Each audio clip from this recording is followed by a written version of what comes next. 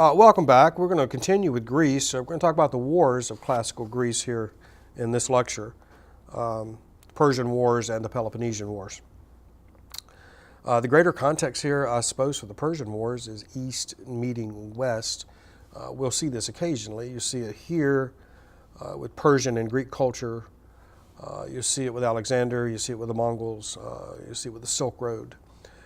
So that's sort of the big historical context. The significance of the Persian Wars is obvious, I suppose. It halts the westward advance of the Persian Empire. If they had not been stopped in Greece, they'd perhaps penetrated deeply into Europe, and it's difficult to imagine the ramifications of that. So let's start with Persia by talking about Herodotus, the father of history, often called.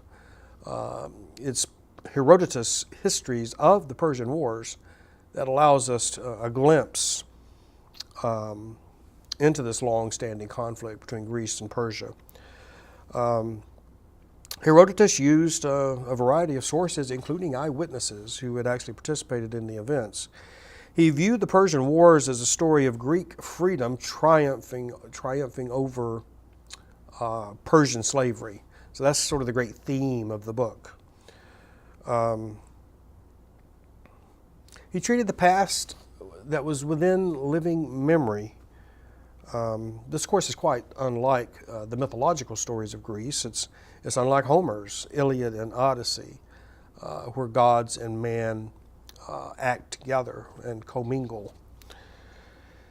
Herodotus puts forward the notion that the Greek city-states are united to defend their homeland against this massive Persian empire that's moving westward.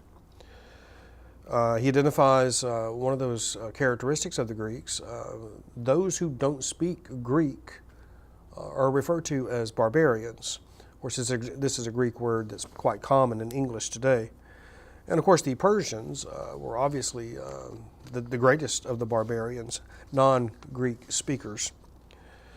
So the Persian Wars helped to establish a Greek identity among the various city-states. They saw they had something in common. Not only did they all speak Greek and practice the similar conventions and traditions, but they're united in their defense of Greece against the Persian Empire. Now, let's switch for a moment to the Peloponnesian Wars and Thucydides.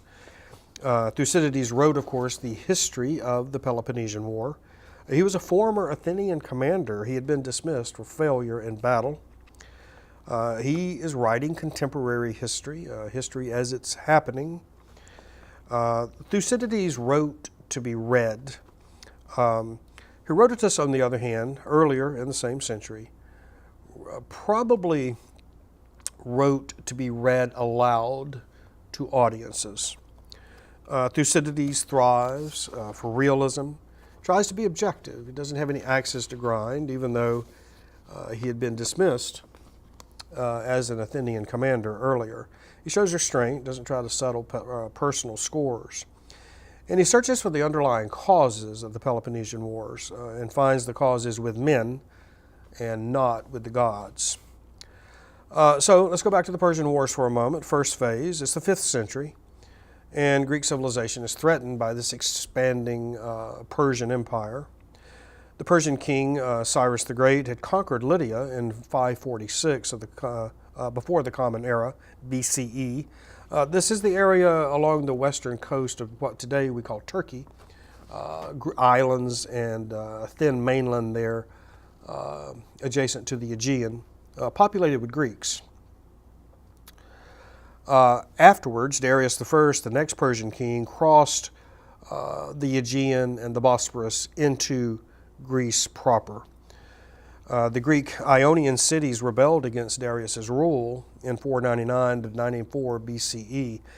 Athens sent aid to their fellow Greeks to help them against the Persians.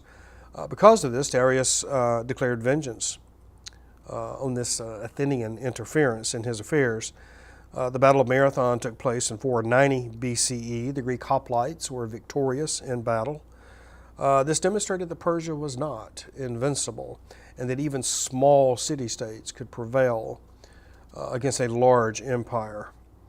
Athens emerged from this as a power to be reckoned with. Now, the second phase of the Persian Wars begins with Xerxes, the next Persian emperor. Xerxes' envoys sent to negotiate with the Greeks are murdered. In response, Xerxes invades Greece in 480 BCE. The Spartans are attempting to defend the so-called hot gates of Thermopylae, a mountain pass that the Persian army will have to pass through in order to enter the Greek mainland proper. The Persians hold out for some time. They're betrayed and then surrounded and slaughtered by the Persian army. Many of you may have seen the film 300, which depicts this. Athens, of course, is captured by Xerxes' army. But the Athenian navy lures the Persian navy into a decisive battle at Salamis near Athens and defeats the Persian navy. And then, of course, the Persian army under Xerxes is itself defeated by the Greek phalanxes at the Battle of Plataea on the Greek mainland. And again, the great significance of these Persian wars is that Persia's westward advance is halted. Now, let's switch back to the Peloponnesian Wars. Let's characterize these as a great Greek civil war. It's fought among the Greek city-states. It pitted the Athenian alliance, the Delian League, against the Spartan alliance, the Peloponnesian League. Significance of the Peloponnesian Wars, the one big significance, and this is something that the American people should keep in mind, is that Athens, having now achieved something like a democratic society in the middle of the 5th century, loses it. So having achieved democracy doesn't mean that it's permanent, obviously. Here we see the beginnings of the war, the Peloponnesian War. Really the heart of it, according to Thucydides, is Sparta's jealousy and fear of a rising, powerful Athenian city-state with its allies. And these allies are going to have key parts to play here in this emerging war. When Athens and Sparta are friendly to one another, then their respective allies have little leverage.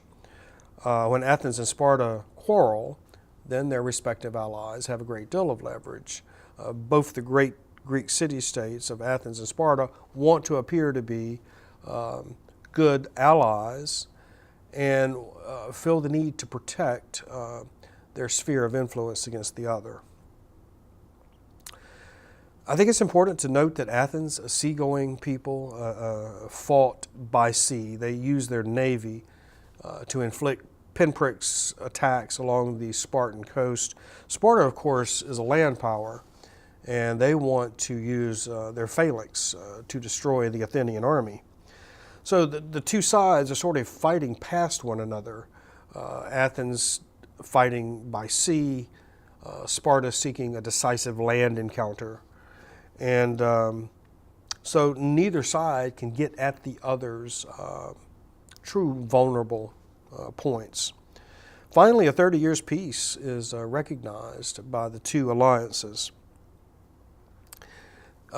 Throughout these wars, the Athenian strategy had been to withdraw its population inside the city walls of Athens and to try to encourage the Spartan slaves, the helots that we discussed earlier, try to inspire them to revolt against Sparta, thus necessitating the Spartan army to return to Sparta to defend its own society against their slaves.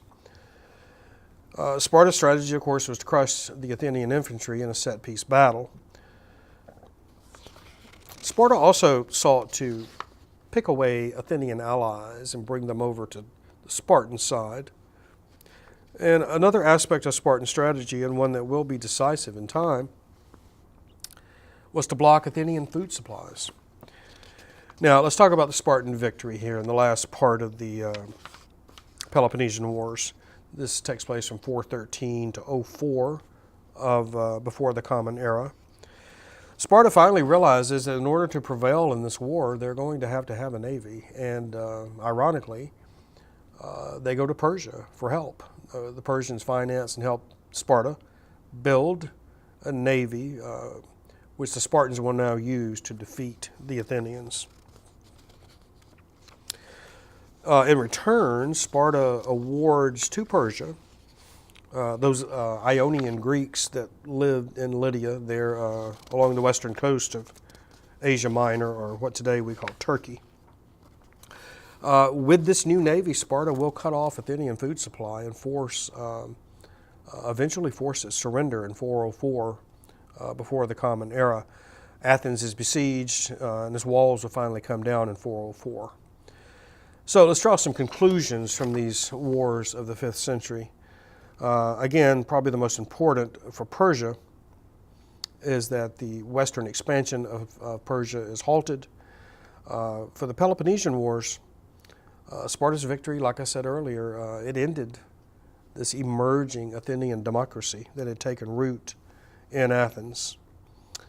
Other conclusions, military and political spheres become increasingly distinct. Politicians now will not necessarily be political leaders as well. Greek influence is going to be spread in the next century by Alexander the Great.